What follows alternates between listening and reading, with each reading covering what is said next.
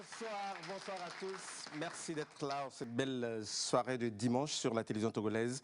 Merci à tous et bienvenue dans l'émission Fête de la télé 3.0, toujours avec la même équipe. Bonsoir Luc, bonsoir Miss Gaëlle, Armel, bonsoir, ça va? Bonsoir. Et ce public qui nous accompagne cette soirée. Eh bien, au menu, nous allons parler dans un premier temps de la pénurie d'eau dans quelques quartiers de Lomé que fait la Togolaise des eaux. Et nous allons également parler sport. Et pour en parler justement, nous avons l'honneur de recevoir pour vous sur ce plateau, mesdames, messieurs, c'est lieutenant-colonel Lydie Bessi Kama, ministre des Sports et des Loisirs, qui nous fait l'honneur d'être là, que nous accueillons sur ce plateau.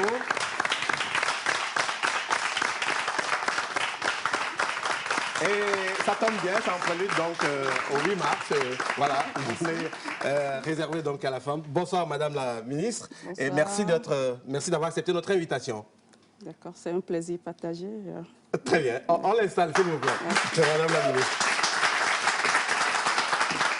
Et dans le courant de cette émission, oui, allez-y, voilà, asseyez-vous. Et donc, dans le courant de cette émission, nous aurons également l'honneur de recevoir la directrice générale de FAEJ, Madame Saouda Gbadamassi Mivedor.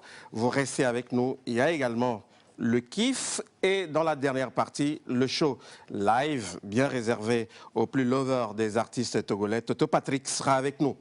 Merci de vous installer. En fait, la télé 3.0 commence maintenant.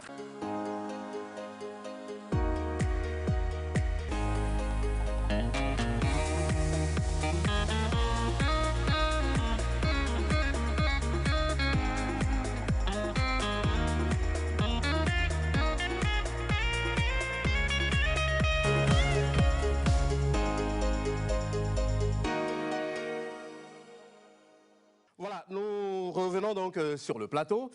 Luc, bonsoir. Bonsoir, Magloire. Ça va? Ça va. Très bien. Gaëlle? Très bien. Ça va? Heureuse de vous revoir comme tous les dimanches. Très bien. Armel? Enfin. Ça va? Ça va très bien, chez vous. Ça va. Madame le ministre, heureux de vous avoir. Enfin, j'allais dire. Merci pour le bel accueil. Ouais. Merci pour ce charmant public. Très bien. Et aussi à votre équipe. Merci. On les a toujours suivis à la télé, avec de très beaux visages, de belles prestations. Ça donne toujours envie d'être avec vous. Très bien. Merci. Avec vous, on va parler sport togolais dans quelques instants, mais permettez qu'on aborde le premier sujet de cette émission, la pénurie d'eau. Nos populations, sinon les populations, souffrent dans certains quartiers de Lomé. C'est quoi la cause? On regarde d'abord le sujet signé Samuel et on en parle derrière.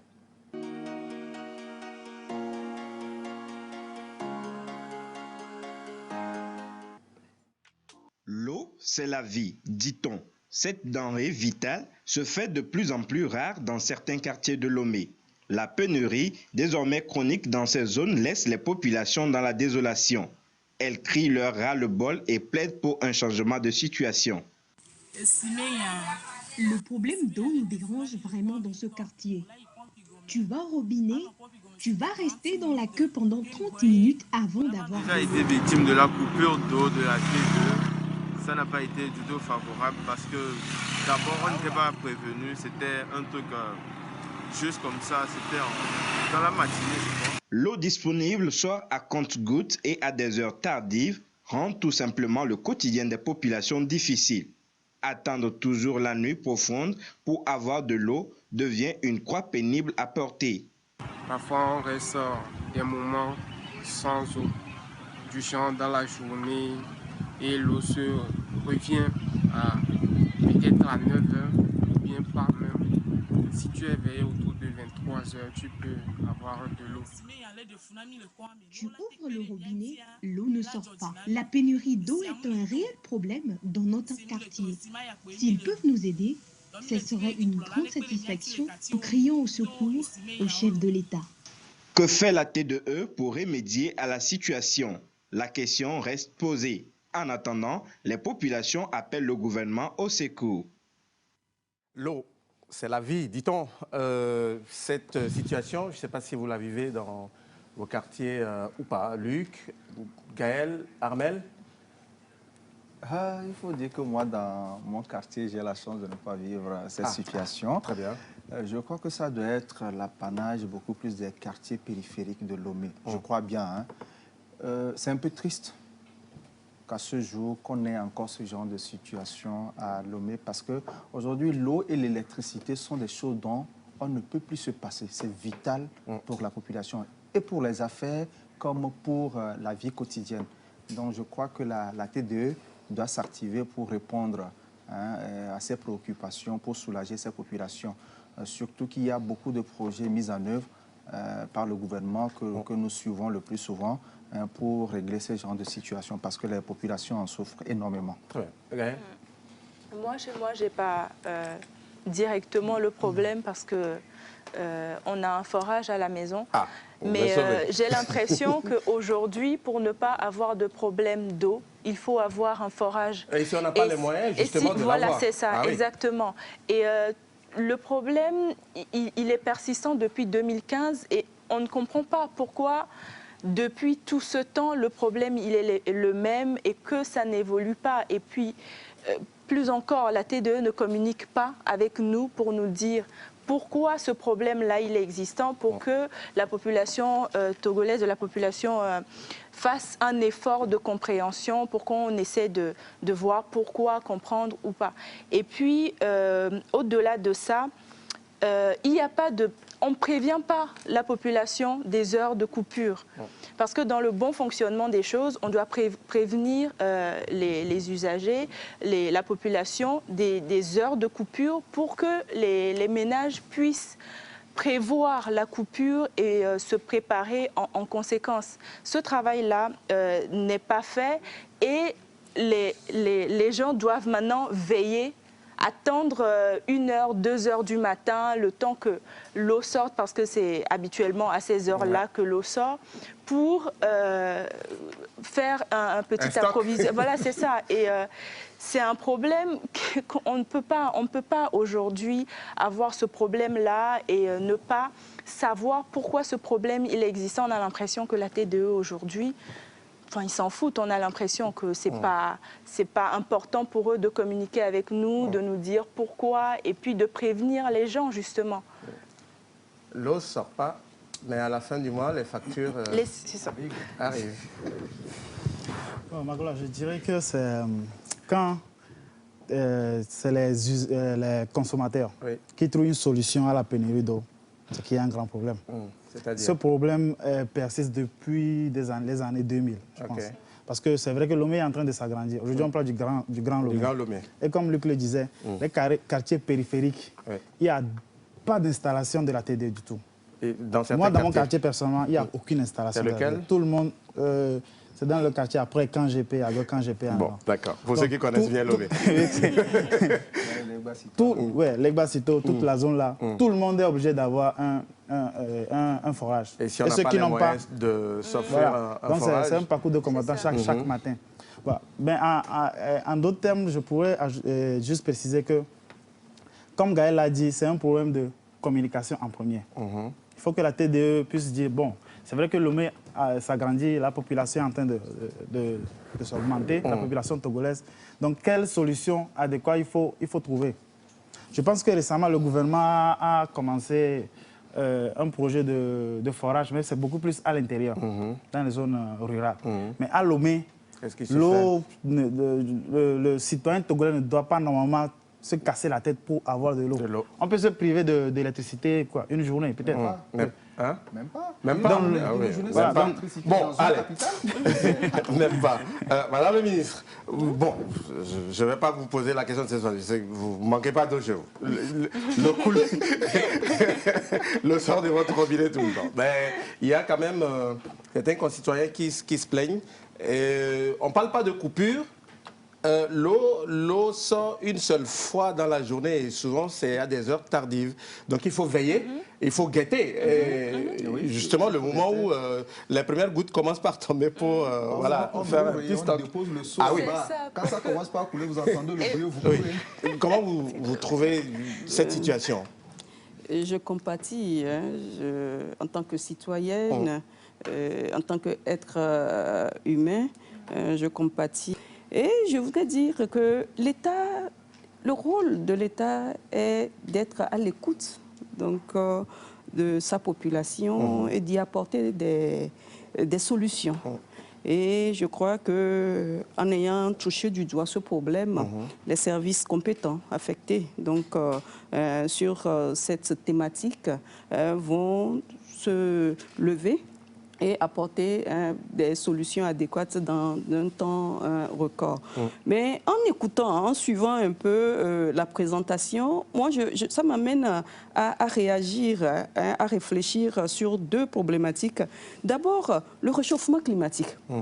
Il faut d'abord, pour qu'on puisse faire de l'adduction d'eau aussi, en disposer en quantité suffisante dans nos nappes souterraines.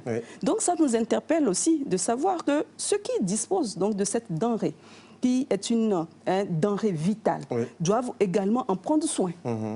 Nous devons éduquer donc nos jeunes, nos enfants, toute la population quasiment, donc à faire un bon usage donc de l'eau. Et en ce qui concerne l'adduction, il y a un vaste programme aussi au niveau gouvernemental qui est mis en exécution. Mais je crois qu'avec aussi la décentralisation, les collectivités locales, tout cela ne peut passer inaperçu. Et je suis sûre qu'il y a déjà les services compétents qui sont en train d'étudier et pour pouvoir apporter une solution efficace à ce problème. Voilà. Peut-être, Madame la ministre parle des services compétents. En attendant, on va essayer. Il y a ce que nous appelons l'appel surprise dans cette émission. Le sujet s'est invité. Je vais tenter d'appeler le directeur général de la TDE. Eh bien, s'il décroche, on va lui poser directement la question. Mais en attendant, Luc. Je voulais ajouter qu'il y a des mini-additions d'eau qui sont installées de part et d'autre de la capitale. Je ne sais pas pourquoi est-ce que ces problèmes persistent toujours. Peut-être qu'il y a, s'il arrive à décrocher, il va nous donner d'amples explications par rapport à la chose. Et l'autorité a touché un point essentiel, l'entretien des installations que nous avons déjà. C'est très primordial. Parfois, vous traversez certains quartiers, vous constatez que l'eau coule. Oui. Parfois, il y a deux cas. Parfois, on n'arrive pas à appeler les services compétents. D'autres fois, on les appelle et ils ne répondent pas vite. Donc, ces deux cas doivent être réglés pour que ceux qui n'en ont pas puissent en avoir au moment opportun. Très bien. Donc, permettez que j'essaye d'appeler le directeur général de la TDE. S'il décroche, eh bien, on lui pose directement la question. Voilà. Bon.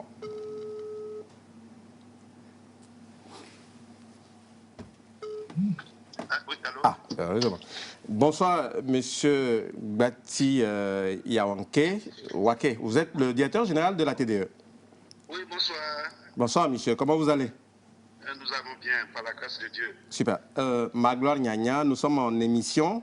En fait, la télé sur la TVT, nous parlons de la pénurie d'eau dans certains quartiers de Lomé. Et on voulait avoir juste quelques explications, quelques informations par rapport à ce fait. Le manque d'eau dans certains quartiers, Oui, dans certains quartiers de Lomé où l'eau sort peut-être une seule fois dans la journée et souvent c'est tardivement dans la nuit. Oui, tout à fait. Merci, Magloire. Je crois que le problème de pénurie d'eau, de manque d'eau, de rupture par moment, dans certaines zones, est dû. Vous savez que nous sommes en saison sèche. Oui.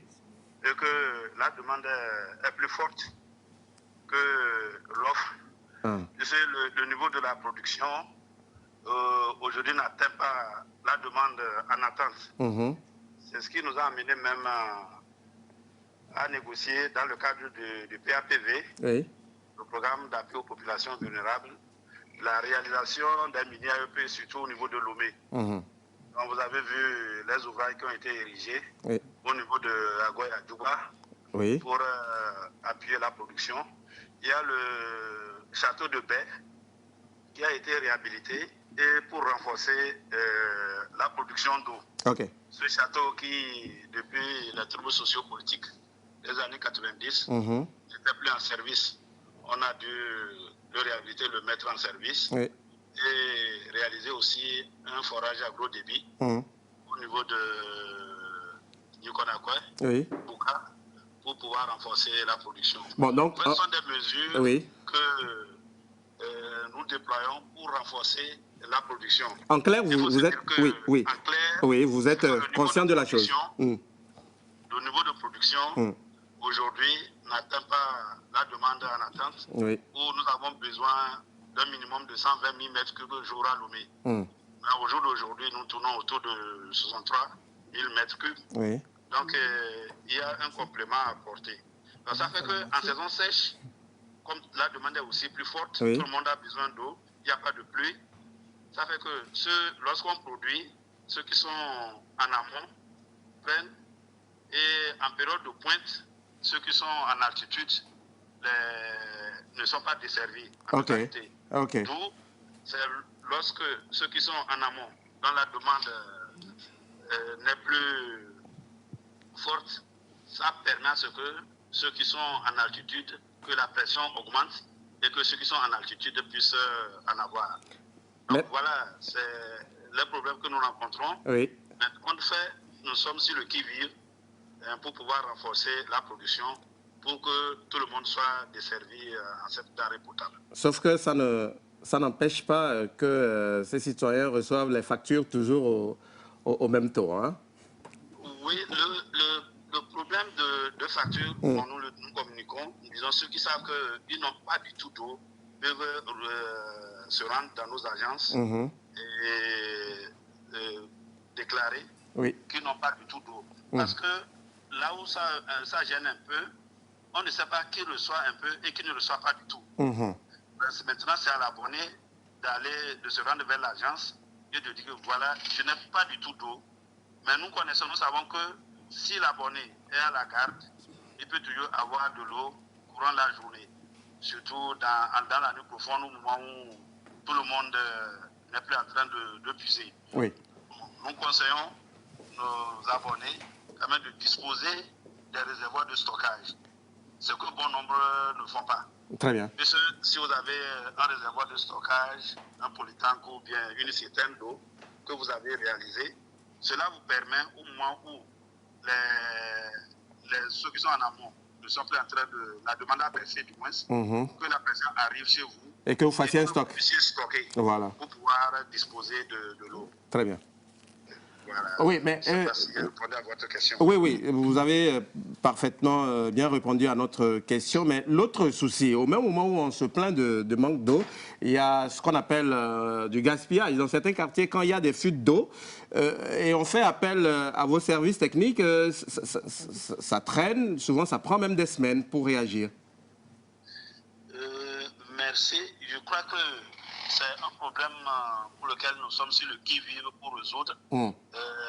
Il peut arriver parfois que d'une façon spontanée, qu'on ait plusieurs ruptures de conduite dans différents quartiers. Donc nous avons 4 équipes d'intervention à Lobé qu'on déploie rapidement. Donc ça fait que pour la durée dans certains quartiers, ça dépend. Si l'information n'est pas vite parvenue à notre numéro vert ou bien à l'équipe d'intervention, c'est ça qui fait que ça dure. Ne serait ça, maintenant, nous avons multiplié les équipes d'intervention et les équipes techniques sont en permanence sur le terrain.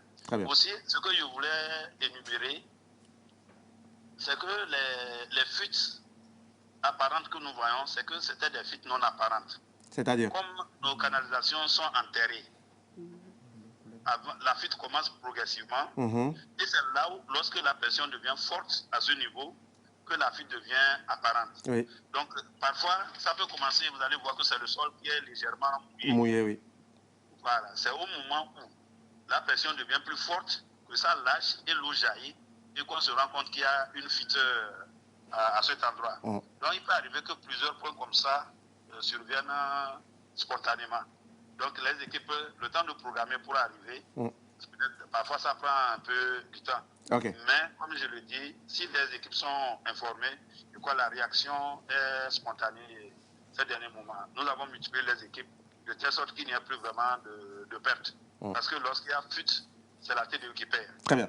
Surtout une eau traitée avec tous les produits de traitement, tous les moyens que nous engageons. Très bien. Restez en ligne. Juste une dernière question. Luc? Oui, pourquoi est-ce que la TDE ne communique pas? Ce que vous venez de nous expliquer, c'est bien. Nous, on a compris.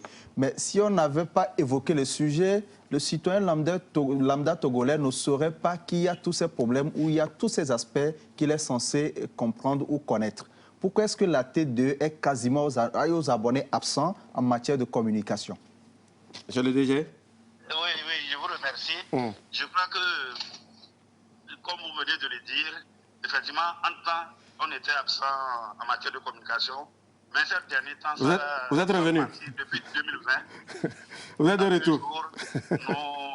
Nous passons sur des émissions radioactives, sur les antennes, même dans toutes les langues en français, en Évé, en Kabylie, en Kotokoli, pour pouvoir expliquer à la population tous ces aspects. Avant 2020, je peux dire qu'il n'y avait pas trop de communication, mais ces derniers temps, sincèrement, il y a vraiment la communication qui passe. Et depuis 2 semaines même, la TDE encore sur les médias en train de communiquer, qui continue même cette semaine. D'accord. Et déjà, votre disponibilité en témoigne. Merci beaucoup à vous, monsieur le directeur général de la TDE. Merci, j'ai été surpris, mais bon.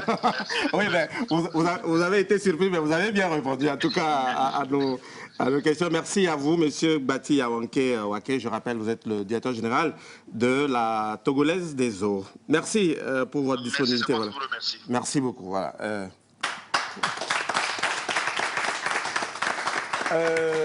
Commentaire, oui. Oui, sauf que j'aurais aimé poser une question. Oui, il est parti. Un commentaire? Non. Quelle est la solution que la TDE propose au quartier périphérique de Lomé où il n'y a pas toujours d'installation de la TDE? Je pose juste la question. Il l'a dit, voilà. Avec les mini-additions qui sont en train d'être installées, certainement ça va venir progressivement. Il faut les châteaux avant que les installations ne se fassent au niveau des petits consommateurs, je crois. Très bien. Moi, j'aimerais saluer sa spontanéité, sa disponibilité à nous répondre. C'est bien parce que toutes ces informations-là, nous, en tant que consommateurs, on en a besoin. Mais maintenant, moi, j'aimerais le solliciter ses équipes aussi pour qu'ils mettent en place un système d'information pour les moments de coupure et en fonction des quartiers, parce que c'est beaucoup plus avantageux, ça rend beaucoup plus service aux ménages de savoir que entre 8h et midi, il y aura coupure de courant pour ne pas prévoir de mettre le haïmol au feu. Voilà, Donc, il faut mettre en place un système pour communiquer et mettre les ménages au courant des systèmes de...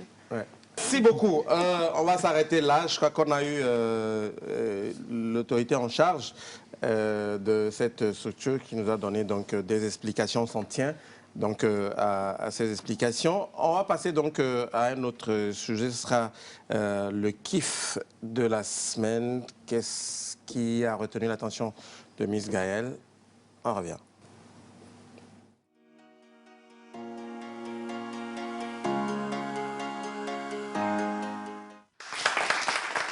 Retour sur le plateau pour la suite de l'émission. Ça sera avec le kiff de Gaëlle. C'est quoi ton coup de cœur de cette, en tout cas de la semaine? De la semaine. Mon coup de cœur de la semaine, ma gloire, c'est une femme. Elle s'appelle Djemilatou. Elle est sage-femme dans le Grand Nord.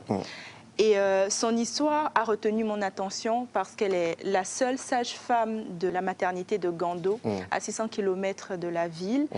Et j'aimerais saluer le travail de Djemilatou en tant que sage-femme parce qu'elle n'était pas à la base prédestinée à exercer dans cette localité-là. Elle s'y est rendue la première fois en 2013, le 13 mai 2013, pour un vol. Elle y est restée, elle est venue à la base pour un volontariat qui était censé être temporaire. Elle y est restée suite au constat qu'elle a fait du taux élevé de mortalité infantile dans la maternité dans laquelle elle a été. Et elle s'est dévouée elle a continué à exercer son métier de sage-femme avec passion auprès des femmes de la localité. Et je profite de l'occasion du coup pour saluer le travail de Djemila Chou et par la même occasion le travail de toutes les accoucheuses d'ici et d'ailleurs qui travaillent parfois dans des conditions parfois difficiles. Ouais, voilà. Clairement. Clairement. Un manqué. Je pense que Madame la ministre ici présente est là. C'est une accoucheuse. Non, je vais juste l'exhorter. Cette dame, Madame Djamila Tour, on devrait peut-être la décorer. Parce que d'abord quitter Lomé, aller à 600 km pour... C'est un exemple, hein. Il y en a tant. Non, bien sûr, Donc, bien sûr, oui, bien sûr. Non, c'est juste un exemple. Oui.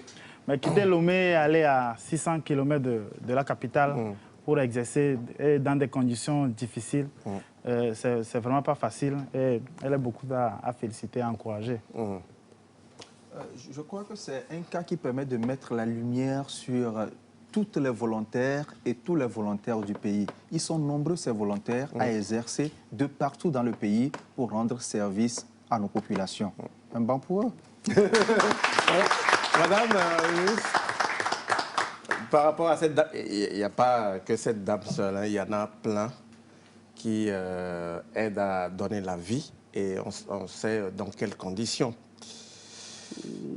Et il y a d'autres aussi dans d'autres secteurs qui se battent tous les jours, voilà. Pour ça. Je voudrais profiter ou bien emprunter votre vocabulaire de jeune. Moi aussi, je kiffe ce coup de voilà.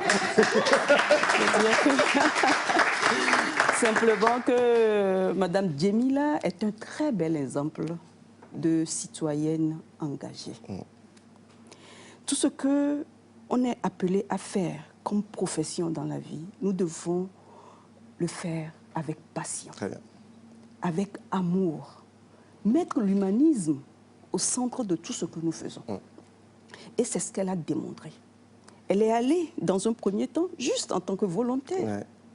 Mais elle a été touchée par cette absence de personnel médical pour pouvoir assister cette population. Certainement qu'elle n'est même pas de ce coin. Mais elle le fait avec cœur et avec amour. Et c'est salutaire. C'est ce que nous demandons à tous les concitoyens. Nous sommes tous des Togolais. Nous devons être portés par des valeurs de patriotisme. Et moi, peut-être, je le dis peut-être encore plus avec passion, parce que je suis militaire, parce que je suis médecin. Ah oui. Et c'est la même chose. Mais tous les corps de métier doivent se l'approprier. Et c'est comme ça que nous pouvons développer notre pays et l'Afrique tout entière. Donc, je kiffe. Allez, très bien. Merci beaucoup. C'est le kiff de Gaël. Je rappelle qu'avec Madame le ministre, nous allons parler du sport au Togo. Mais avant, vous, en tout cas, vous êtes là, vous restez avec nous. Avant, nous allons recevoir tout à l'heure la directrice générale du FAES. Ce sera dans l'instant promo. On revient juste après.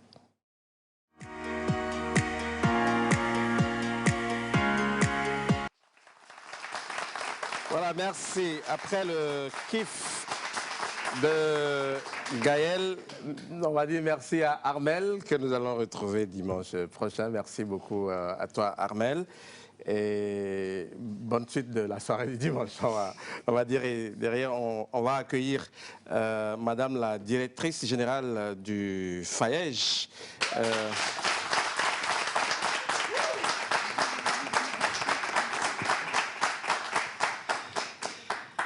Nous sommes à présent sur le plateau avec Madame Saouda Gbadamassi Mivedor, directrice générale du Fonds d'appui aux initiatives économiques des jeunes, FAEJ. Bonsoir, Madame. Bonsoir, Magloire. Bonsoir à tous. Bonsoir, Madame. Excellence. Bonsoir.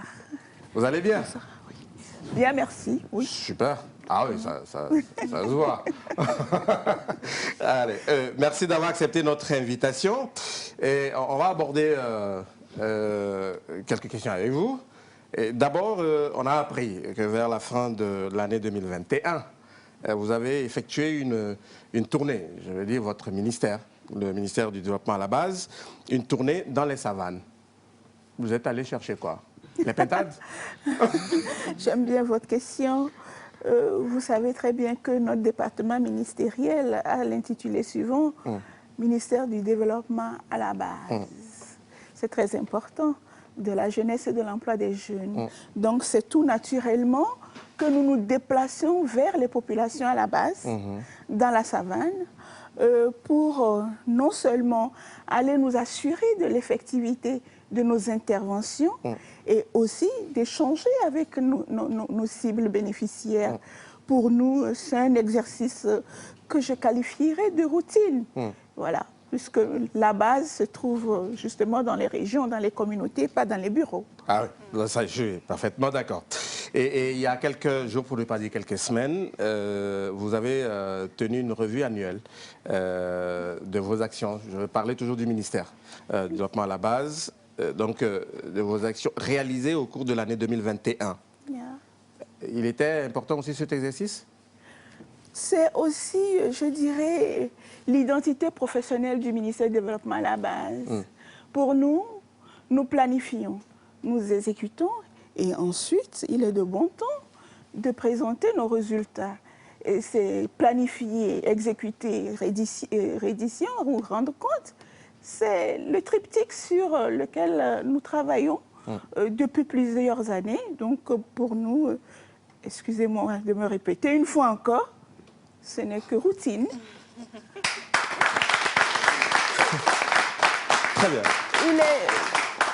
Vous permettez? Oui, allez-y. Je voudrais, vous le savez sûrement, vous préciser que nous mobilisons non seulement les ressources publiques, mais les ressources des partenaires. Alors, pour pouvoir prétendre à de nouvelles ressources, bien évidemment, nous devons nous retrouver entre nous, alors, et partenaires d'exécution, et bénéficiaires, et tous les techniciens sous la conduite de la première autorité du ministère pour faire le point. Et on ne peut pas marcher sans faire des haltes, regarder la distance parcourue, voir et aussi travailler à planifier ce que nous allons faire, parce que nous sommes dans un continuum d'excellence. Trouver des réponses appropriées aux besoins des populations à la base et de la jeunesse togolaise. Très bien. C'est la mission de notre ministère et nous le faisons avec engagement. Super. Et il y a une chose que, en tout cas, tous les Togolais savent, c'est que la jeunesse et surtout son insertion socio-économique est au cœur des préoccupations du chef de l'État et de tout le gouvernement. Et quel est justement le bilan à l'actif de votre département concernant le secteur emploi des jeunes pour le compte de l'année écoulée? Je vous remercie. Je le disais il y a quelques jours sur un plateau, que la jeunesse de notre pays est la principale ressource dont nous disposons.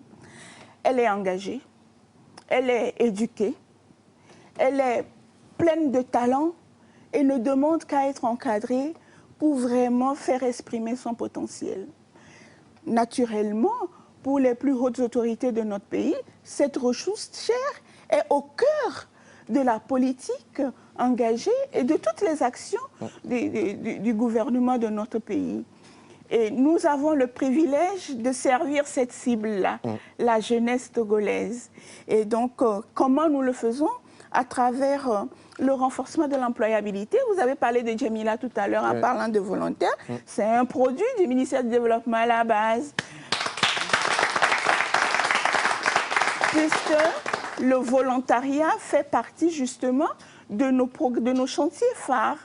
Et avec à la clé des expertises, des compétences construites, des expertises acquises, et bien évidemment l'insertion professionnelle tant souhaitée par les jeunes et par nous-mêmes. Alors dans le cadre de ce programme de volontariat, nous avons cette année accompagné plus de 8 900 jeunes dans le cadre donc du déploiement de nos activités au sein de notre ministère. Dans le cadre de ce volontariat, nous avons deux types de volontariat, permettez-moi d'en parler. Nous avons les volontaires de compétences tels que Djamila et les volontaires d'engagement citoyen. ceux qui travaillent dans les communautés à la base, qui font des travaux de salubrité contre petite rémunération et contre renforcement de leurs capacités pour les amener à leur autonomisation. Alors, sur ce volet-là, vous avez des résultats palpables en termes d'insertion et surtout en termes de reconnaissance. C'est-à-dire que c'est des jeunes qui travaillent pour leur pays, pour leur communauté, et c'est des jeunes qui se sentent exister. Une ressource qui est valorisée est toujours appréciée. De l'autre côté, nous avons aussi des programmes d'accompagnement à l'auto-emploi, de promotion à l'entrepreneuriat des jeunes. Nous accompagnons dans le cadre d'un des programmes, dont le FAEJ, qui est un dispositif national de promotion de l'entrepreneuriat des jeunes. Nous accompagnons des jeunes à structurer leur idée d'entreprise, à organiser l'activité, à mettre l'activité en œuvre, à les encadrer. Et bien évidemment, nous faisons de la facilitation de l'accès au financement. Donc, sur toute la chaîne, nous avons accompagné environ 15 000 jeunes. Et ces 15 000 jeunes ont pu, à leur tour, mettre en place des micro-entreprises, plus de 11 000 micro-entreprises qui ont généré des emplois à hauteur de 26 000. Très bien. Voilà les différents chantiers que le ministère du Développement à la base emblave sur le volet jeunesse. Alors, sur le volet développement à la base, je vous en ferai grâce. Et si vous me permettez, on repart dans les savanes? Toujours. Ah oui, bon, très bien. Et il est actuellement implémenté un programme d'urgence pour le développement de la région des savanes. Qu'en sera-t-il, en tout cas, en matière d'insertion socio-économique et de création d'emplois dans cette région, quand on sait que les jeunes sont la cible favorite de l'extrémisme violent?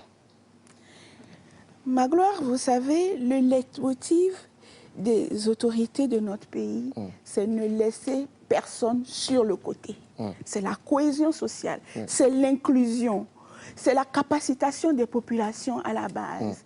Alors ce programme va travailler à organiser la résilience justement de ces populations à la base en mettant en place des filets sociaux et leur favoriser l'accès aux services de base et de l'autre côté en renforçant l'employabilité des jeunes. Vous savez, l'extrémisme violent fait son nid sur l'oisiveté.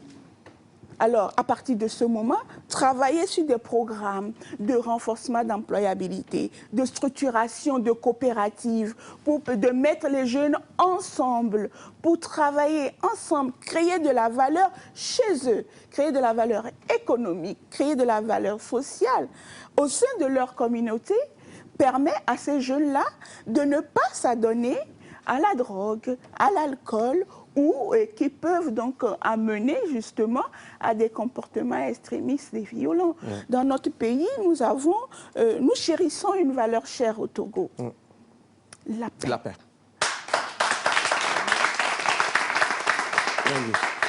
Sans cette paix, vous et moi, nous ne serons pas ici. Clairement. Nous pourrons, la sécurité, une autorité du rang de Madame le ministre des Sports ne pourra pas venir ici.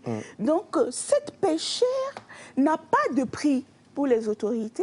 Et donc, dans le cadre des missions qui nous sont assignées, nous travaillons non seulement à ne laisser personne sur le côté, mais surtout à donner les moyens à notre jeunesse de se valoriser et aussi de jouer son rôle d'acteur économique et social, de contribuer à la création de richesses dans notre pays. Très bien. Voilà. Très bien. Et quels sont les autres chantiers auxquels votre ministère doit s'attaquer et surtout les principaux défis à relever pour atteindre ces objectifs cette année, en matière surtout d'appui à la création d'emplois par et pour les jeunes? Oui, par les jeunes et pour les jeunes, c'est notre credo. Alors, les défis, tout à l'heure, vous avez vraiment tracé l'itinéraire de travail de notre ministère. Aller vers les populations à la base, identifier les besoins toujours croissants et proposer des résultats adaptés, mobiliser de la ressource et organiser des solutions à ces populations-là. Le chantier est vaste. La Covid est passée par là. C'est vrai, c'est une donne exogène. Elle a continué, et cette année encore, elle y est. elle n'est pas prête de partir, mais nous arrivons donc à nous adapter justement à cette donne-là. Il n'en demeure pas moins que continuer à renforcer les capacités de nos populations à la base demeure pour nous un chantier toujours vif. Continuer à renforcer leur résilience en élargissant la base des transferts sociaux et accès aux services de base. C'est toujours un chantier, un hotspot, comme disent les jeunes. Et aussi continuer à mobiliser des ressources, à mettre à disposition des jeunes et des populations à la base pour leur permettre d'organiser leur activité génératrice de revenus, de créer de l'entreprise, de faire de leur milieu un lieu où il fait bon vivre. Et dans notre pays, il fait bon vivre et il y a beaucoup de mécanismes qui sont déroulés pour permettre de capaciter nos populations à la base et vraiment continuer à travailler. Donc ce sont toujours les chantiers qui sont d'actualité. Et bien évidemment, le ministère s'est doté d'un cadre stratégique d'activité. Donc nous avons notre plan stratégique et donc nous allons continuer à dérouler notre plan stratégique pour atteindre les missions à nous assignées. Super. Et pour que l'inclusion sociale et la paix ne soient pas un vain mot dans notre pays. Très bien. Et madame, par quel mot aimeriez-vous conclure notre entretien puisqu'on arrive au terme? Ah, mais c'était court. Oui, c'est allé très vite. C'est allé très vite. J'aurais bien aimé vous garder, mais peut-être on pourra organiser notre rendez-vous, pourquoi pas, dans cette émission. Why not? Magloire, je voudrais d'abord saluer l'abnégation, la forte volonté politique des plus hautes autorités de notre pays pour faire non seulement de l'emploi une réalité, de l'emploi décent, durable, une réalité pour notre jeunesse, de faire des populations à la base des acteurs, de les transformer en acteurs de développement et de continuer à assurer la paix. Mais cette paix, nous sommes tous tributaires de cette paix. Nous sommes tous acteurs de cette paix. Et donc, appeler notre jeunesse à travailler sans relâche, avec abnégation, avec engagement et surtout à défendre par tous les moyens la patrie qui nous est chère. Et pour cela, toujours quand il y a un grain de sable dans le mécanisme, le signaler. Très bien. Le signaler et continuer à s'occuper de ses activités, travailler, travailler et toujours travailler. Voilà, et pour les jeunes, ensemble, gagnons le pari de leur devenir. Super. Merci beaucoup. À vous, Madame Saouda Gbadama Simivedor. Je rappelle, vous êtes la directrice générale du Fonds d'appui aux initiatives économiques des jeunes Fayège. Merci d'avoir accepté notre invitation. Ça a été vraiment un plaisir de vous avoir sur ce plateau. J'espère que vous reviendrez nous voir. Plaisir partagé, intéressant, émission intéressante, de belles personnes autour de la table et voilà. Et puis de belles personnalités qui nous entourent et nos concitoyens. Merci beaucoup. Nous reviendrons. Merci beaucoup. Et plein succès à vous. Merci, merci beaucoup. Oui, on la raccompagne, s'il vous plaît.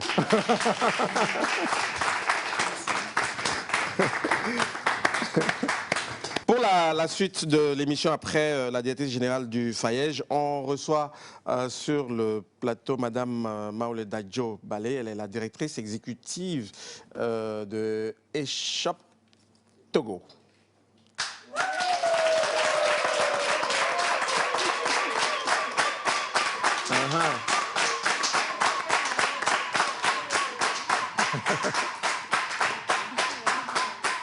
Non, on a compris, c'est votre présidente. Voilà, on est aussi très heureux de vous avoir avec nous et juste rappeler que elle préside donc une association à 95% composée de femmes. Et d'ailleurs, la preuve, ces magnifiques dames qui nous accompagnent cette soirée ici viennent donc de cette association. Vous allez bien, madame? Je vais bien. Ok. Oui. Nous aussi, nous allons très très bien. Et cette émission, elle passe en hommage de la journée consacrée donc à la femme, la journée du 8 mars. Et donc voilà, on lance les couleurs comme ça. Comment se porte votre association? Oui, pour commencer, je voudrais remercier Excellence Madame le ministre et Monsieur le journaliste, les jeunes. Non, moi, je suis jeune. Molette, mais comme vous avez un titre, et à mes membres, bénéficiaires de ça.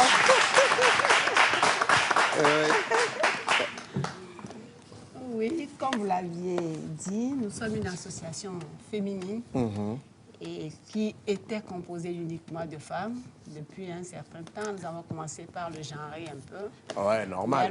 Parce que femme sans homme à côté, c'est pas vraiment ça. Ça fait bizarre. Voilà. Ça fait bizarre. Mais dans les années passées, c'était pas bizarre. Parce qu'on voulait quand même rattraper un peu les hommes. Il fallait qu'on soit seul pour courir. Voilà. Maintenant, nous avons accepté, mais nous voulons qu'ils ne nous cachent pas le visage, comme ils ont l'habitude de le faire, qu'ils ne nous emballent pas. Donc, c'est pourquoi nous tenons à être à 95% de femmes et 5% d'hommes. Donc, les hommes, ils sont minoritaires, voilà, normal. Donc, nous allons pouvoir diriger et ils nous suivront.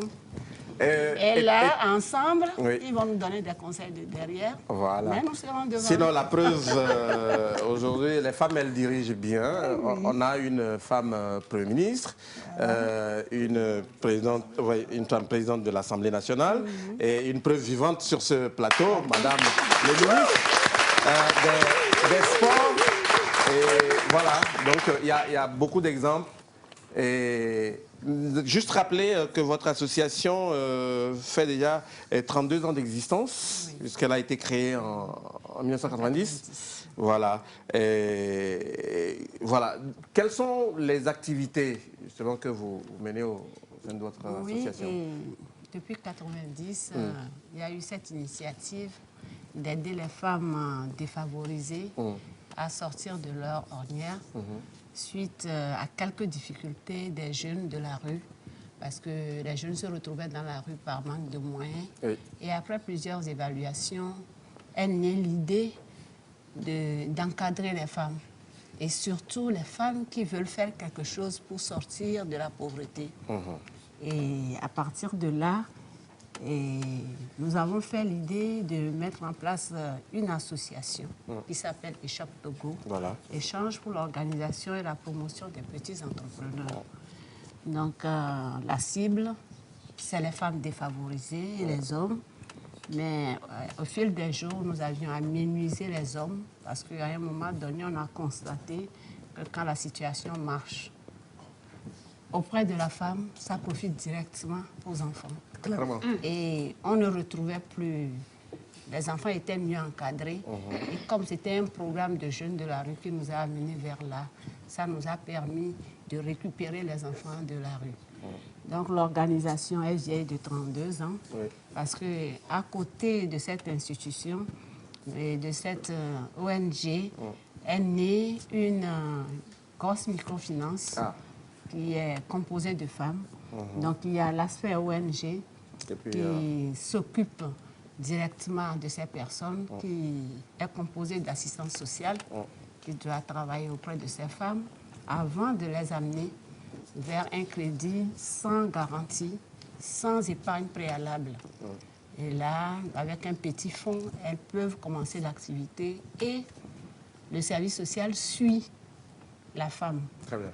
Donc, après 32 ans, je crois que nous avons fait assez de chemin. Aujourd'hui, individuellement, elles sont 94 000 sur de Lomé jusqu'à Kara. 94 000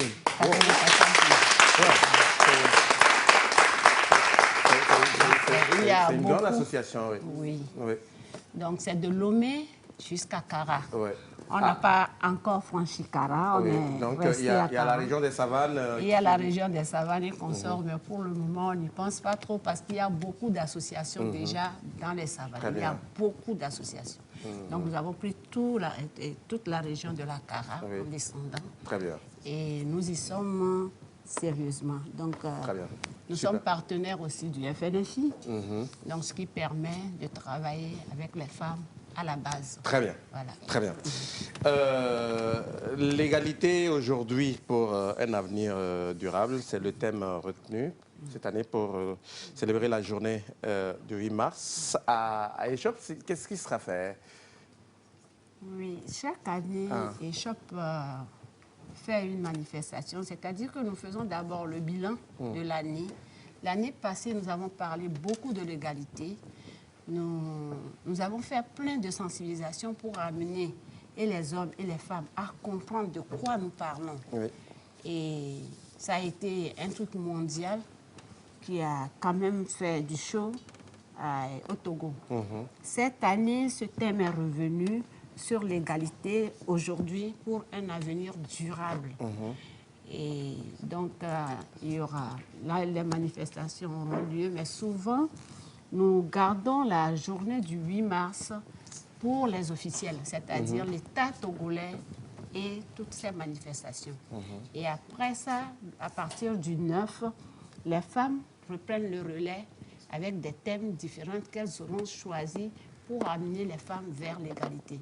Donc, le 9 mars, elles seront dans le quartier de Bekota à Dakbami, où elles vont organiser une sensibilisation et une journée de réflexion et festive en quelque sorte. Le lendemain, le 10, elles seront à Veta, ainsi de suite. Donc, elles vont faire des relais dans tous les quartiers parce que nous faisons des rencontres. Nous mobilisons beaucoup de femmes dans les quartiers de Lomé, dans toutes nos agences. Donc, ce qui fait que pour la mobilisation, pour les shops, quand vous levez le petit doigt, vous voyez tout le monde, parce que quand vous les voyez là, il y a les représentants de tous les quartiers de Lomé qui sont là, derrière moi aujourd'hui. Donc, très bien. Donc, c'est une journée dédiée à la femme. Oui. Une journée où nous réfléchissons, parce qu'on a déjà commencé la sensibilisation le mois passé, pour les amener à comprendre quel est le rôle de la femme en tant que telle sur l'égalité. Qu'est-ce que nous attendons par l'égalité? Qu'est-ce que nous comprenons là-dedans? Donc, elles sont prêtes et elles vont faire des sketchs pour nous montrer ce qu'elles ont retenu dans ce type dans ces thèmes-là que nous traînons depuis l'année passée. On viendra regarder.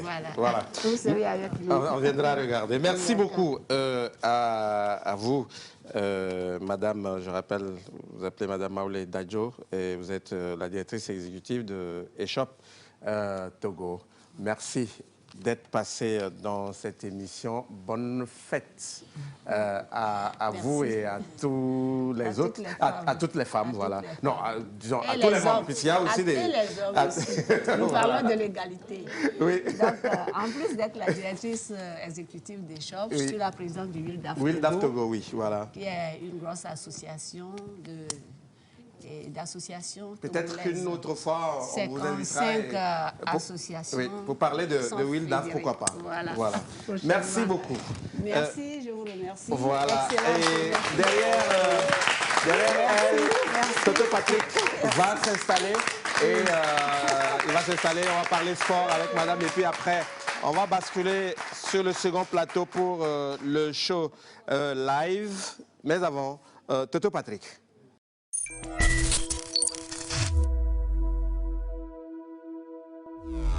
Empreinte by Zara Shop est un espace spécialement dédié à l'originalité.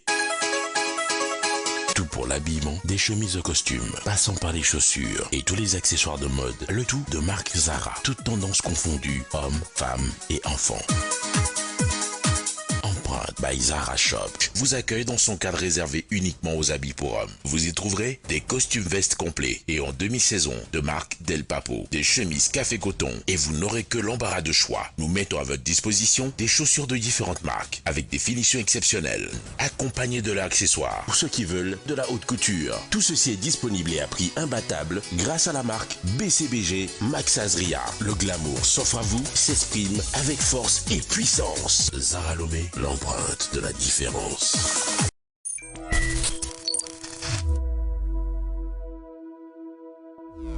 Suite de l'émission, on reçoit à présent le plus lover des artistes togolais, c'est le crooner, on va dire. Toto Patrick est avec nous. La deuxième partie, le show live, ce sera avec lui. Toto Patrick, merci. Bonsoir Toto Patrick. Bonsoir Magloire, bonsoir à tout le monde, bonsoir à nos mamans. Je suis également très ravi d'être en face de Madame la Ministre. Bonsoir à tout le monde. Il y a deux cas. Tu es tombé sous le charme ou... Non, mais attendez, laissez-le répondre. Tomber sous le charme, je ne sais pas ce que tu veux dire par là. Elle est très bien habillée. C'est à applaudir. En tout cas, elle est magnifique. Merci. C'est quoi ce look-là C'est Toto Patrick. Tout simplement. Ouais. Allez, très bien. Merci, Toto Patrick. La seconde partie, ce sera du live tout à l'heure. Tu restes avec nous. Et on va parler sport. Entre la musique et puis le sport, il n'y a pas grand... C'est la même famille, en tout cas. Bon, c'est la même famille. Ouais. Bon, allez, très bien. L'invité spécial sur le fauteuil rouge. Cette soirée, vous le savez, c'est bien Madame le ministre des Sports et des Loisirs, médecin lieutenant-colonel Lydie Bessi Kama. Rebonsoir, Madame. Bonsoir, Magloire. Dites-nous, comment se porte le sport togolais aujourd'hui? Peut-être dans termes de propos, je voudrais rendre grâce à Dieu, au Créateur qui nous a accompagnés durant peut-être 7-18 mois à la tête donc, de ce département qui, par le passé, a été toujours un département assez tumultueux, où à un moment donné, le public sportif togolais qui aimait beaucoup le sport s'est un peu désengagé, désolidarisé donc, de ce sport.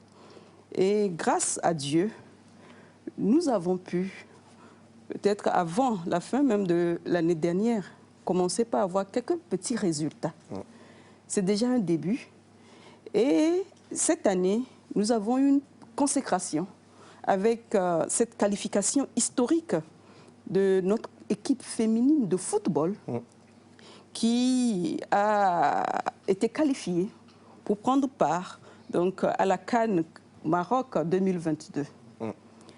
Et pour la petite histoire, comme je le dis, cette qualification souvient 50 ans carrément après celle des hommes, des seniors, des éperviers en 1972. 72, oui. C'est pour dire que le leadership de la femme togolaise est en marche.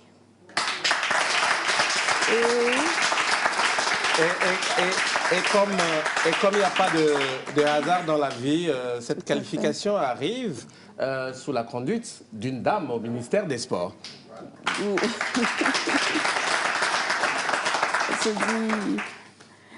Quand je parle du leadership féminin, j'ai été agréablement surprise de voir toutes nos mamans, toutes nos sœurs sur ce plateau, de vaillantes femmes, et aussi d'être imprégnées de tout le parcours réalisé à travers le témoignage de Échoppe. 32 ans, on nous parle, 32 ans, c'est une grande maturité. Et il a fallu que dans les années 90, qu'il y ait des femmes courageuses, visionnaires, pour penser qu'on peut faire quelque chose en se mettant ensemble. C'est fort.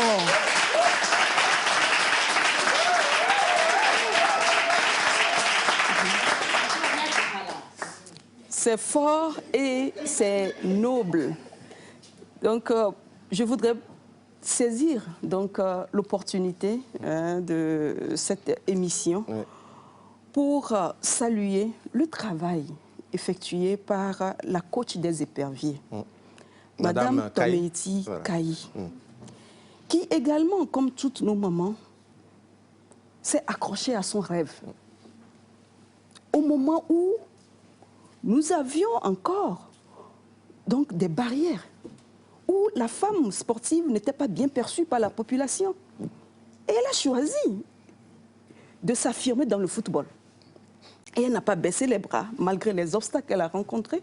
Donc, elle est allée au-delà pour pouvoir s'affirmer en tant qu'entraîneur et aujourd'hui porter toute cette jeune génération.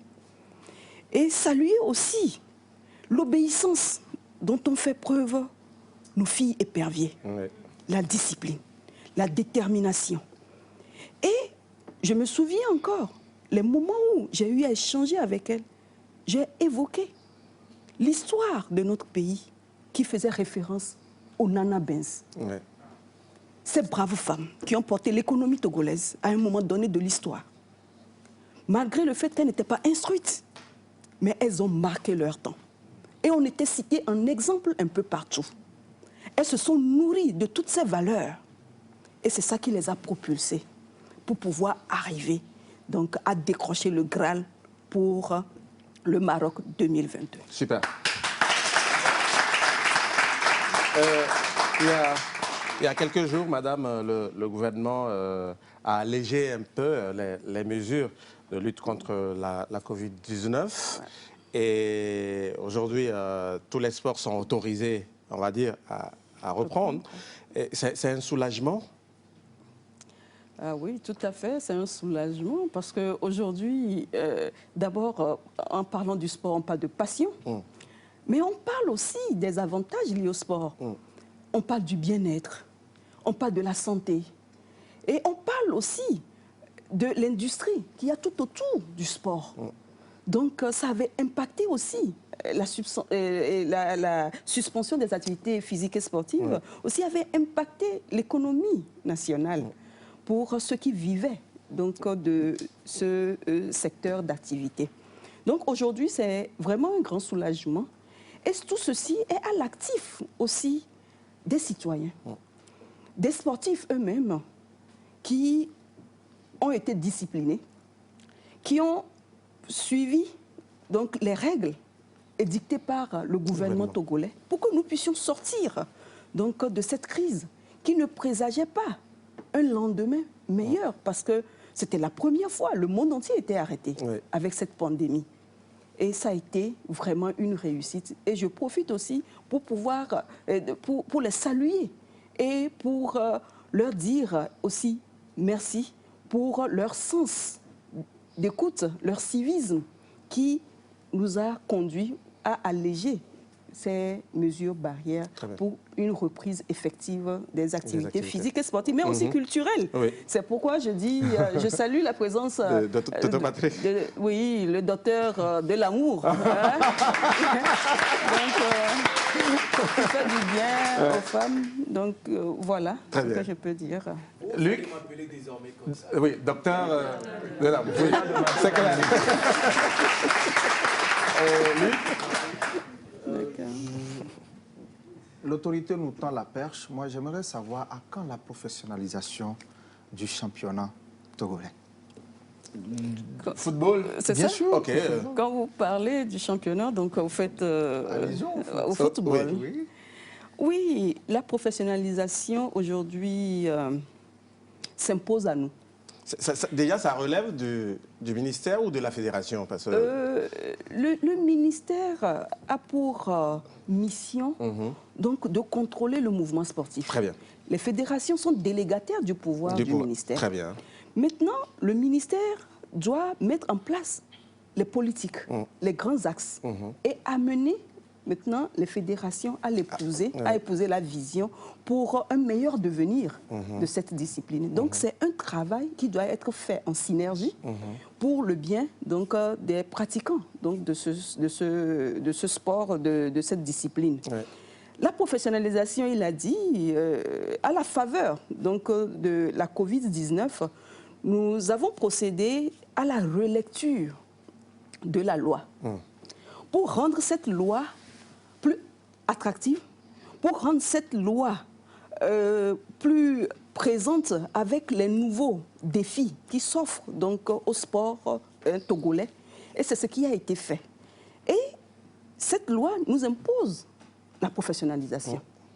Nous devons être en mesure de vivre chacun en ce qui le concerne de son art. Parce que chacun est venu dans ce monde avec un talent. Donc nous devons accompagner chacun à exprimer son talent et à contribuer donc à l'économie nationale, à développer cette économie sportive. Donc nous devons quitter cette phase d'amateur pour pouvoir embrasser la professionnalisation. Et pour ça, il y a plusieurs étapes. Je l'ai énuméré. Il y a eu d'abord la réécriture de la loi. Après cette réécriture de la loi, il y a plusieurs tests d'application qui doivent être pris et mettre aussi des structures en place pour pouvoir... On travaille déjà sur la professionnalisation. Comme c'est un travail qui se fait maintenant en amont, vous ne voyez pas encore. Parce que le moment viendra, c'est les résultats que vous verrez. Donc c'est un travail qui se fait et nous sommes en train donc d'évoluer là-dessus. Et pas plus tard que la semaine dernière, nous avons pris des arrêtés pour pouvoir maintenant mieux organiser ce que nous appelons les académies. Donc ça aussi, on doit passer par là. En améliorant les conditions des académies, nous ajoutons une plus-value à des transactions sportives qui seront faites au travers de ces académies. Donc il y aura la labellisation, celles qui vont répondre à des normes bien précises seront donc mentionnées dans le journal, le quotidien Togo Presse. On va mettre en exergue leurs efforts. Et quand il y aura des enfants qui vont transiter par là, les transactions seront donc revues à la hausse. Tout à fait. Et ça va impacter notre économie. Très bien. Gaëlle? Oui, moi je suis très heureuse d'avoir Madame la ministre en face de moi parce que je suis une grande amoureuse du sport. Mais il y a une question qui me taraude depuis longtemps et je vais profiter de l'occasion pour vous la poser. Quand on parle de sport aujourd'hui au Togo, on a l'impression que le football monopolise beaucoup les discussions. Donc moi j'aimerais savoir qu'est-ce qui est prévu pour les autres sports aujourd'hui, les autres sports collectifs mais individuels aussi comme le tennis ou le handball et tout ce qui va avec, même le fitness. D'accord. Qu'est-ce qui est prévu? Je vous rassure que je suis la ministre des Sports et non la ministre du Football. Et simplement aussi pour vous dire que dans tout pays, il y a ce qu'on appelle le sport roi. C'est le football. Le sport qui embrase, le sport qui doit être le lead. C'est pourquoi nous mettons beaucoup d'accent sur le football. Parce que dans toutes les maisons au Togo, on parlera toujours du football. Maintenant, les autres sports sont également en train d'être accompagnés. Donc, nous avons fait donc, une étude, et cette étude, par rapport à la popularité dont jouit le sport, les disciplines sportives au Togo, nous avons dégagé les 5 premiers. Le premier, c'est le football. Le second, c'est l'athlétisme. En 3e position, il y a le basketball. Et en 4e position, il y a la boxe. Donc, nous mettons un accent particulier sur ces disciplines prioritaires pour pouvoir les accompagner. Mais rassurez-vous, tous les autres sports ne sont pas négligés. Pour preuve, pendant longtemps, quand on fait les répartitions des subventions, c'est vrai que la grosse part allait au football, mais pratiquement la quasi-totalité. Donc, pour pouvoir pallier cela, nous avons mis en place donc, des comptes précis. Pour les fédérations, on appelle ça les comptes trésors. Donc, ce sont des comptes qui ont été créés donc, au niveau du trésor public. Quand nous, on donne cette attribution, on donne, comment l'appelle-t-on, on attribue donc, cette subvention à la fédération, nous n'avons plus directement accès. Il n'y a que la fédération, mais nous avons le droit de regard pour que ça ne soit pas une mauvaise gestion. Et ça va entraîner aussi ce que vous connaissez, donc les problèmes d'intérêt individuel et tout son corollaire. Donc pour ça, il y a tous les autres sports aussi qui sont accompagnés. Mais ces 5 sports sont des sports prioritaires. Et souffrez qu'on parle beaucoup plus du football, parce que le cœur des Togolais est plus penché vers le football. Très bien. Et peut-être, je vais ajouter juste un seul exemple. Quand vous allez, par exemple, au Madagascar, c'est le jeu de pétanque. Vous ne pouvez même pas imaginer. Vous allez dire, mais c'est quoi ce sport? Mais c'est ça qui embrase tout le pays. Chez nous, c'est le football. Et les mamans en sont témoins. Je crois qu'en 2006, elles ont été les ferventes supporters. Des éperviers. Et nous voulons que ça revienne. Nous voulons que ça revienne ainsi, que vous portez le sport togolais. Justement. Pour de belles victoires. Et parlant justement du football, on a à sa tête la Fédération togolaise de football, dirigée par le colonel Guy Akpovi. Madame le ministre, quels sont vos rapports justement avec la Fédération togolaise de football, vos rapports personnels avec le président de la Fédération togolaise de football? Est-ce qu'il y a de petits soucis? Est-ce qu'il y a de petits conflits? Je me dis, ici c'est le plateau où tout se dit, oui. C'est ça? C'est l'émission sans filtre. Ah, l'émission sans filtre. Oui. Et en plus, je me dis, c'est une question vicieuse et tendacieuse. Mais je vais me faire le devoir donc, de vous répondre. Très bien. Je l'ai dit tantôt, la Fédération togolaise de football, tout comme les autres fédérations, est délégataire du pouvoir de l'État. Très bien. C'est vrai que c'est une association sportive, mais c'est que c'est l'État qui a permis que cette association soit implantée dans notre pays pour que ça soit, donc, que ça constitue maintenant une fêtière de cette discipline sportive. Et pour cela, nous travaillons en bonne intelligence. Très bien. Avec la fédération. Nous travaillons en bonne intelligence, surtout en ce qui concerne aussi les équipes nationales. À partir du moment où on parle d'une équipe nationale, c'est que l'appropriation, ça devient maintenant étatique. Parce que ce sont des ambassadeurs. C'est ça que les gens ne comprennent pas. On dit nation. Ça nous appartient tous. Nous devons avoir cette valeur de patriotisme pour pouvoir donc porter cette équipe et conquérir donc les compétitions et aller conquérir des podiums pour avoir, pour mettre en exergue donc notre nation, notre pays. En ce qui concerne les rapports personnels, nos rapports personnels ne souffrent d'aucun problème directement parce que nous travaillons en synergie. C'est sur des questions de professionnalisme. Nous sommes sur un terrain de travail et les rapports qui doivent donc encadrer toute relation de travail doivent être d'abord quoi? En pointe de cordialité. Cordialité, oui. De respect et de professionnalisme. Et ces trois conditions sont réunies. Et c'est suffisant, on avance. Il n'y a aucun souci. Et à part ça, nous sommes tous des frères d'armes. Oui, oui. Ah ben. En lisant tout ce qui circule sur les réseaux sociaux, dans les journaux, je me dis... Parce qu'il y a beaucoup de choses qui se disent quand même. Je me dis, c'est libre cours au fantasme, quoi. Parce que quand on parle de corps habillé, c'est un monde vraiment fermé et tout, dont tout le monde se dit, mais comment ça doit être? C'est d'ailleurs pourquoi on l'appelle la grande muette. C'est ça. Et ça crée le buzz. On ne peut pas refuser cela à quelqu'un. Donc si ça alimente, bon, nous on avance. Madame le ministre, les éperviers dames se sont qualifiés. Vous l'avez relevé tout à l'heure, tout le monde le sait. C'est une fierté nationale.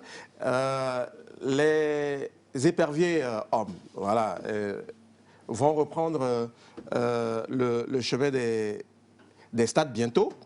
Et avec l'arrivée de Paulo Duarte, on a vu quand même cette progression. Est-ce qu'elle va continuer? Est-ce qu'on va aller toujours dans ce sens? Est-ce qu'il y a espoir? Le Togolais peut encore espérer revivre cette ferveur de 2006? Tout à fait, Magloire. Nous ne sommes pas dans un esprit défaitiste et nous croyons fermement. Parce que nous sommes redevables à l'histoire, nous sommes redevables à notre population. Puisque, quand je l'ai dit, en parlant d'une équipe nationale, l'équipe nationale est subventionnée ou bien est financée par le budget de l'État. C'est l'effort de tous.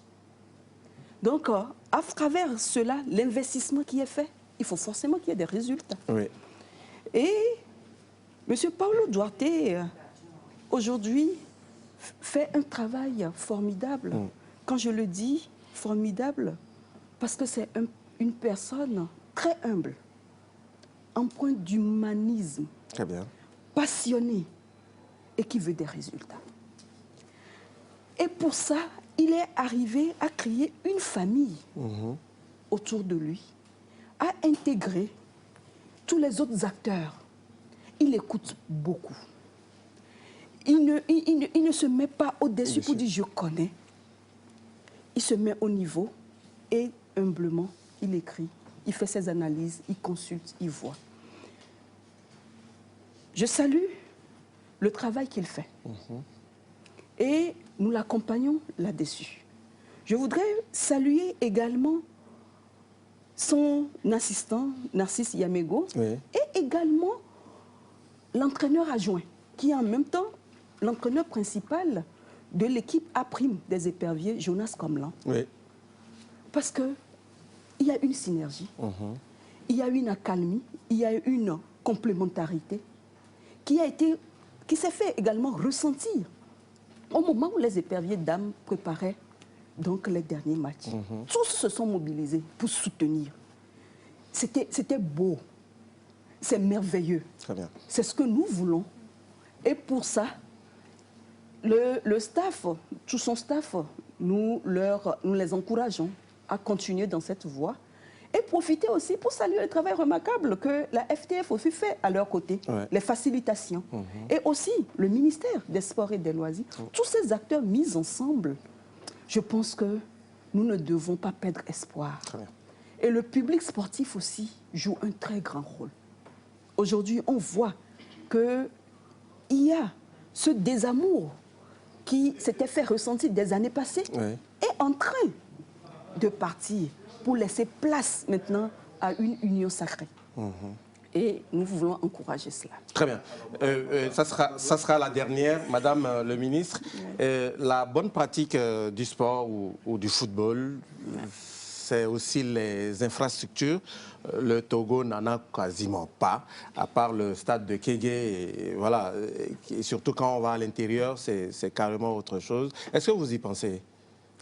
Mais naturellement, puisque nous avons logé le chantier du professionnalisme au cœur de notre mandat. Et pour ça, forcément. Parce que qui dit professionnalisme parle d'infrastructure, parle également du cadre de vie, du cadre réglementaire, mais aussi les moyens pour pouvoir s'affirmer. Mais ce que je voudrais dire, quand vous parcourez la politique même des sports de ces grandes nations occidentales sportives, vous voyez aisément que la part de l'État est infime. C'est-à-dire, la plus grande contributrice du financement du sport, c'est les collectivités territoriales qui sont aujourd'hui occultées. C'est les collectivités territoriales. Et maintenant, les mécènes, encourager le mécénat. Donc nous, en se disant que si nous créons le cadre de professionnalisation, ça va susciter de l'engouement parce que les clubs ne seront plus seulement des associations sportives où quelqu'un vient à la tête et fait du n'importe quoi parce qu'on l'a élu, mais ce seront des sociétés. Puisque j'investis dans ma société, forcément, nous avons des femmes, chefs d'entreprise ici. Ils savent que quand on investit un franc, il faut s'attendre aussi à avoir des bénéfices. Donc c'est là que nous voulons amener donc, nos sports. Donc forcément, les infrastructures suivront. Et les collectivités aussi territoriales doivent être mises à contribution. À contribution, très bien. L'essentiel, merci beaucoup, madame. Et en conclusion, votre mot de la fin pour conclure en tout cas cet entretien. Mais je rappelle qu'après vous restez avec nous pour les dernières minutes, le show live avec Toto Patrick. Mon mot de la fin va naturellement à l'endroit de son Excellence, Monsieur le Président de la République, Foreso Zimna Nyasingbe, pour tous les efforts consentis pour la relance du sport togolais. Mes remerciements également à Madame le Premier ministre pour la coordination de l'action gouvernementale, pour l'oreille attentive dont nous jouissons pour pouvoir faire efficacement notre mission auprès donc, de la jeunesse, auprès de la population togolaise. Je remercie également la Fédération togolaise de football, les supporters, les hommes des médias, sans oublier tout le travail technique, le staff technique qui est tout autour, le coach, le staff technique, tout ce qui s'implique pour que le Togo puisse renaître et s'imposer comme une nation sportive. J'aime le répéter toujours à nos sportifs, le Togo n'est pas une petite nation. Le Togo n'est pas une nation qui accompagne les autres nations. Le Togo est une grande nation, forte de ses filles et de ses fils. Il faut que nous arrivions à reconquérir cela et à nous imposer au niveau de l'échiquier international en matière de sport, puisque c'est ce qui nous interpelle ce soir. Donc un vibrant appel est toujours lancé à tout le public sportif pour que ce public continue à porter les éperviers dans leur cœur, continue à porter tous ceux qui seront appelés à servir dans une équipe nationale pour le rayonnement de notre pays. Je voudrais faire peut-être juste un petit rebond pour dire qu'au soir de la qualification historique des éperviers d'âme, je me suis dit, mais ça c'est la magie du sport. Le sport qui guérit les plaies, le sport qui pense les blessures, le sport qui élève, le sport qui affirme la grandeur d'une nation. Nous l'avons vécu. Le sport qui fédère. Nous avons vu les Togolais de la diaspora, de peu partout, qui ont écrit, qui ont appelé, qui se sentaient fiers. Et c'est ce que nous voulons. Mais pour y arriver, il y a un prix à payer. C'est l'abnégation, c'est le travail, c'est la discipline. Et c'est ce qui est enseigné aux premiers acteurs qui sont les joueurs eux-mêmes, mais aussi au public sportif, c'est de nous porter en prière, d'envoyer des ondes positives, de savoir que nous sommes toute une famille, une grande nation, pour que ces résultats soient tangibles et que le monde entier voit le rayonnement du Togo. Je vous remercie. Merci beaucoup à vous. L'excellent-lieutenant-colonel Lydie Bessi Kama, ministre des Sports et des Loisirs. Merci d'avoir accepté notre invitation. Merci d'avoir été avec nous sur ce plateau. Maintenant, vous restez, on va partager encore quelques petites minutes avec Toto Patrick, non, Dr Love. Docteur Amour. Le désormais Docteur Amour. Voilà, je suis décoré comme ça. Toto Patrick, juste en 2 mots, ton actualité et on bascule sur l'autre plateau pour le Mon live. actualité, je suis actuellement en studio pour... je travaille sur mon nouvel album qui va sortir cette année. Inch'Allah, ça va venir. Voilà. On retient juste ça. Retenez juste cela. Allez, et très préparez-vous. Toto Patrick en live, c'est dans quelques petits instants. Vous restez avec nous.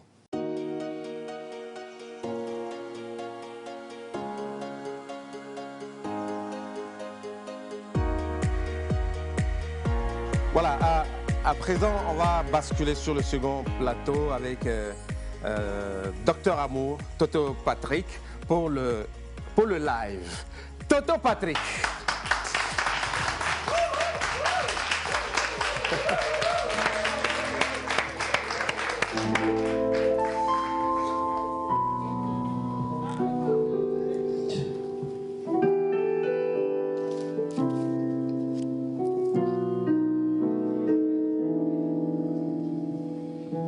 Je l'ai vu un beau matin quand je passais.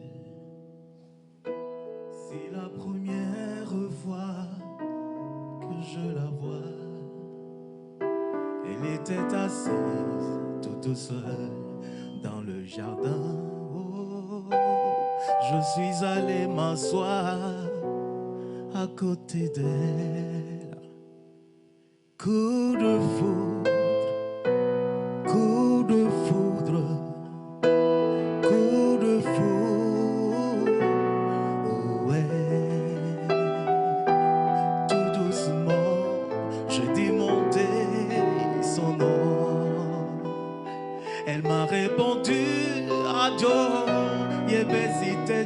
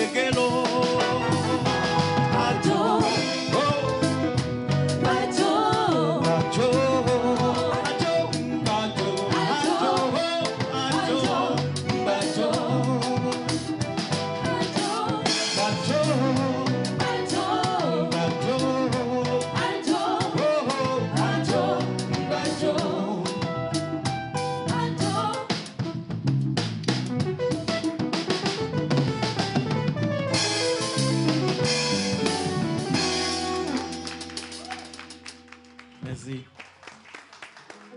Merci.